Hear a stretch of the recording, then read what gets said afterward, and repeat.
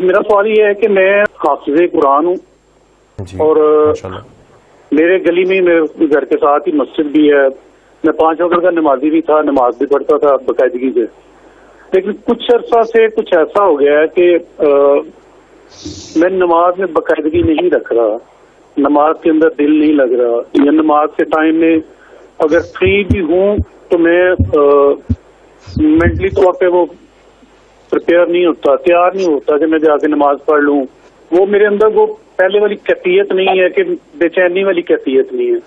کیا کچھ ایسا ہو سکتا ہے کہ میں وہ دوبارہ سے وہ آ جائے کہ میں نے نماز پڑھنی ہے اور میری نماز جا رہی ہے اور میرے اندر کچھ ایسی, ٹھیک ہے, یا وہ جو دل زنگ آلود ہو گیا ہے وہ کیسے زنگ کو ہٹایا جا سکتا ہے؟ حافظ صاحب ٹھیک ہے, آپ کا سوال سمجھ آ گیا.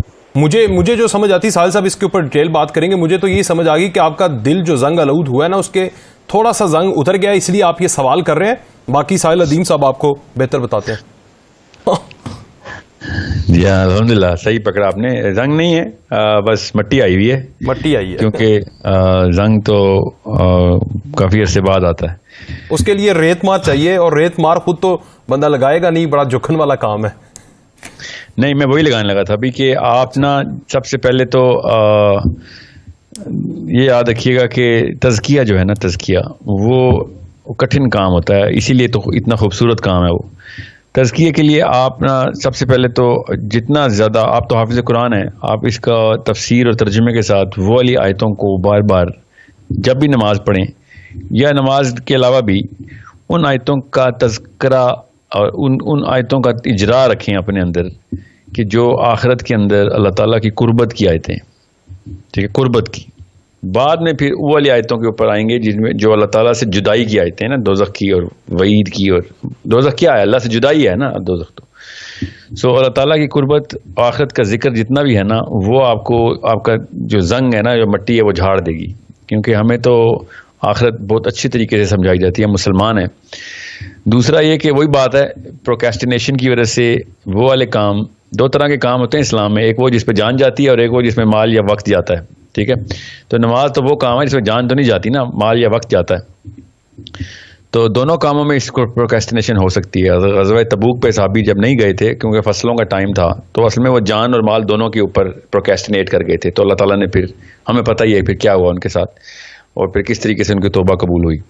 تو آپ کے کیس میں تو پروکیسٹینیشن آ رہی ہے, تو پروکیسٹینیشن تو سمپل وہی بات ہے, you are addicted to your current little chores of life. Chores کا مطلب ہے وہ والے کام جو کہ لامعنی سے ہوتے ہیں, بس بندہ سستی میں ڈوبا ہوتا ہے اور لیتھارجی فٹیگ پہ فٹیگ آ رہی ہوتی ہے, کون کرے گا اب, یا بعد میں کر لوں گا. یہ سارے کے سارے کام آپ کے لائف سٹائل کو ریپرزینٹ کر رہے ہیں. اس کو پھر میں بتا رہا ہوں, ہارڈ لائف کے اندر لانا تھوڑا پڑے گا اپنے آپ کو.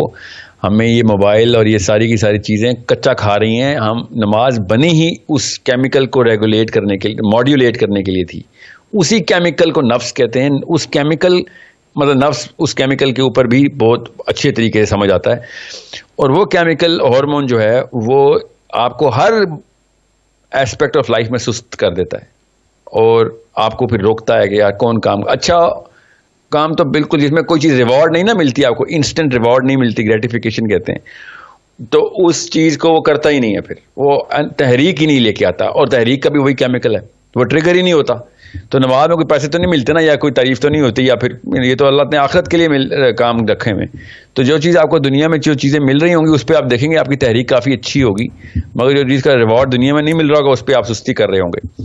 سو آپ کو اللہ نے قرآن کا گفٹ دیا ہوا ہے, تو آپ اس کے اندر سے چیدہ وہ والی اللہ کی قربت کی باتیں پڑھیں, اللہ سے کلام کریں. قرآن اللہ سے ہی کلام ہے نا, اللہ تعالیٰ کا کلام ہے. اللہ آپ سے کلام کر رہے ہوتے ہیں, نماز آپ کلام کر رہے ہوتے ہیں اللہ سے. ٹھیک ہے, تو اللہ تعالیٰ سے ہم کلام ہونے کے لیے آپ وہ والے ٹاپکس پکڑیں نماز کے دوران جس میں اللہ تعالیٰ کی قربت ہے.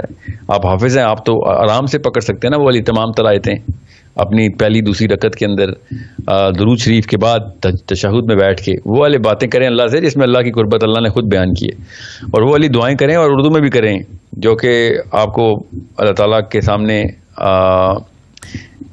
اس محبت کو اجاگر کرے کہ اللہ میں تیرے سے ملنا چاہتا ہوں, اور مجھے اس دن مسکراہٹ دیکھنا چاہتا ہوں میں آپ کے سامنے کہ جب آپ مجھے میں آپ کو پہلی دفعہ دیکھوں تو آپ بھی مسکرا رہے ہوں. یہ نہ ہو کہ میں اس دن شرمندہ ہو جاؤں کہ آپ اللہ تعالیٰ میں اپنے رب کو ہی نہیں, اپنے رب کو کوئی غصے میں غصہ دلا بیٹھا.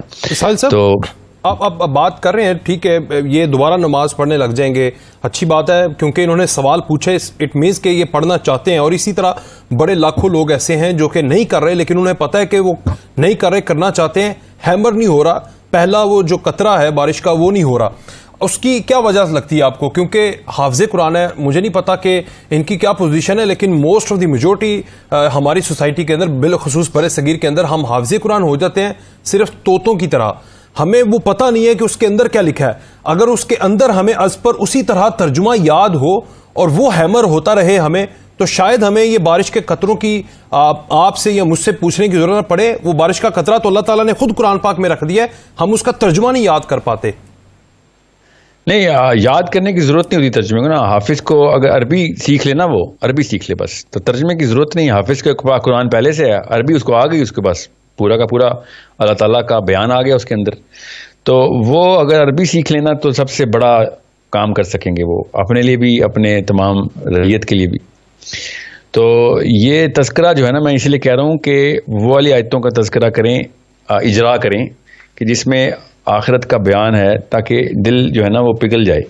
آخرت کے بیان کے علاوہ کہیں سے بھی دل پگھلانے کا کوئی اور سائنٹیفک اصول نہیں ہے دنیا کے پاس, کسی کے پاس.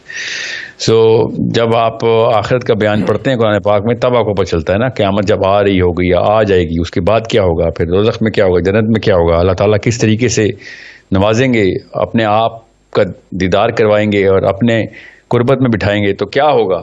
وہ فیلنگ تو نا, اور زیادہ سے زیادہ سوچ بچار کریں. تعالیٰ نے کہا نا افلا یعقلون, یہ نہیں سوچتے. اس کا مطلب یہ ہے کہ اللہ سے دور ہو جاتے ہیں, سوچتے ہی نہیں ہیں. کس پہ نہیں سوچتے؟ قرآن پاک پہ تدبر نہیں کرتے. تو یہ ایک معاملہ ایسا ہے کہ جس کی وجہ سے تمام تر تھراپیز ایک طرف اور قرآن کی تھراپی ایک طرف. تو یہ سارا معاملہ ٹھیک ہو جائے گا اگر ہم کانشیس تذکرہ کریں گے ان تمام معاملات کا. اللہ تعالیٰ نے آخرت کی آیتیں 8 سال تک, پہلے 8 سال تک قرآن صرف آخرت نازل ہوتی رہی, اور جیسے ہی 8 سال آخرت نازل ہوئی پورا عرب تیار ہو چکا تھا. پھر 8ویں سال کے بعد احکامی آیتیں آئیں تو لوگوں نے ایک سیکنڈ میں احکام پورے کے پورے لائف میں اپلائی کر دی. ایک سیکنڈ میں شراب اٹھا کے پھینکی, 1 سیکنڈ میں پردہ کیا, 1 سیکنڈ میں نمازیں جاری ہوئیں. وہ کیسے ہو؟ پہلے آخرت کا کانسیپٹ اللہ تعالیٰ نے ڈٹرمن کروا دیا تھا اندر, تو ہمارے یہاں نہیں ہوتا نا وہ. بس